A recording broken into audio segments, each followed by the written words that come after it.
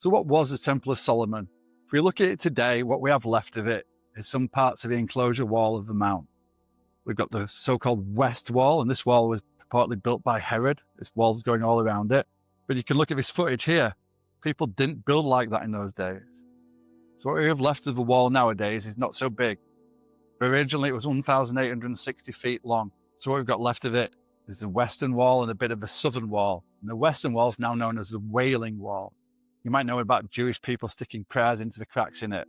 But when it was built, this wall was built out of massive stones. Some 5 tons, some 2 tons, some 1 ton, as you can see in this video here. And see how at the bottom they're massive, and as they go up and go up, they get smaller. But humans don't build with 5 ton, 2 ton, or even 1 ton blocks generally.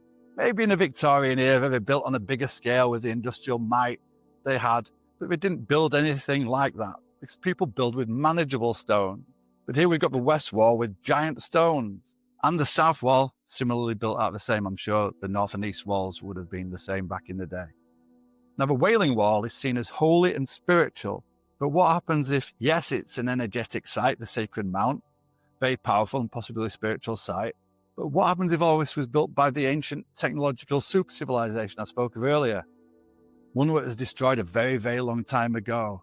I talked previously about oral histories being passed down. And if we look at Plato in his Timaeus and Critias, he talks about Atlantis.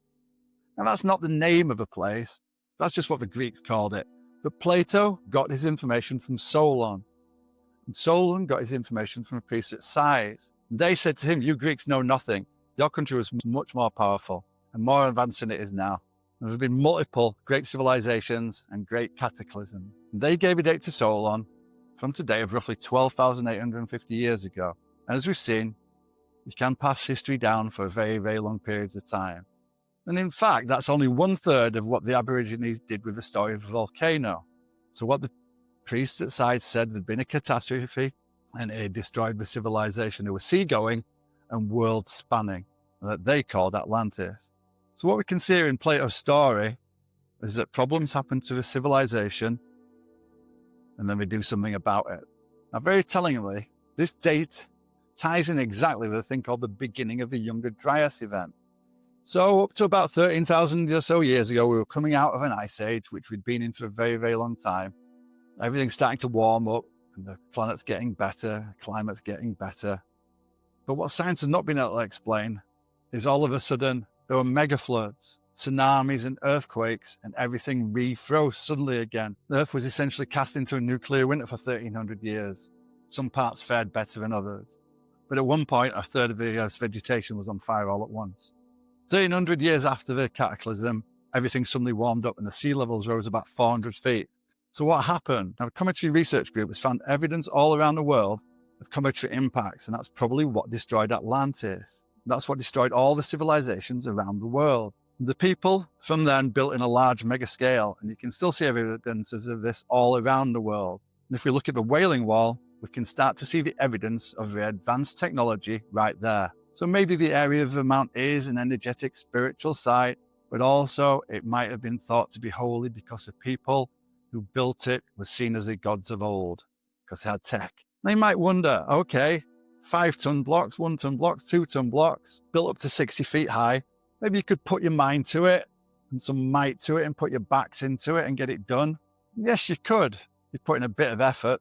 The Romans could lift up to 10 ton blocks with their wooden cranes and ropes and their technological know-how of the time. But the people of the Middle East didn't build with that sort of thing. They built with bricks. They didn't build with giant blocks. As I said, it's pretty hard to build with 5 ton or 2 ton or 1 ton blocks. And why would you? Humans usually build with bricks and mortar. They build with manageable blocks and stone. Nowadays, people might be shoving prayers into the cracks of a Wailing Wall, but those cracks weren't originally there. You see, the West Wall was dry laid with no mortar, which means everything must be precision cut to fit the next block, which was way beyond the capabilities of the people in the Middle East of the time. And for more evidence, if we go underneath the Wailing Wall, then we start to find tunnels. And in the tunnels, you find more of a wall because the sections of the wall go down further. In fact, that was a street level at the time. And right in the middle of the wall, we find a thing called the Western Stone. And the Western Stone is conservatively estimated to be 650 tons in weight. It's 44.5 feet long. It's about 12 to 14 feet high. and it's possibly up to 14 feet deep. And that's not the only stone. There are several more stones next to it that are around the 300 to 400 ton level. And the people of the Middle East certainly didn't move that, and we'd have trouble moving that sort of thing today. And it's even worse because that's not the base. There's another 12 courses of stone below. So someone moved this thing and lifted this giant block up and placed it on top of a wall.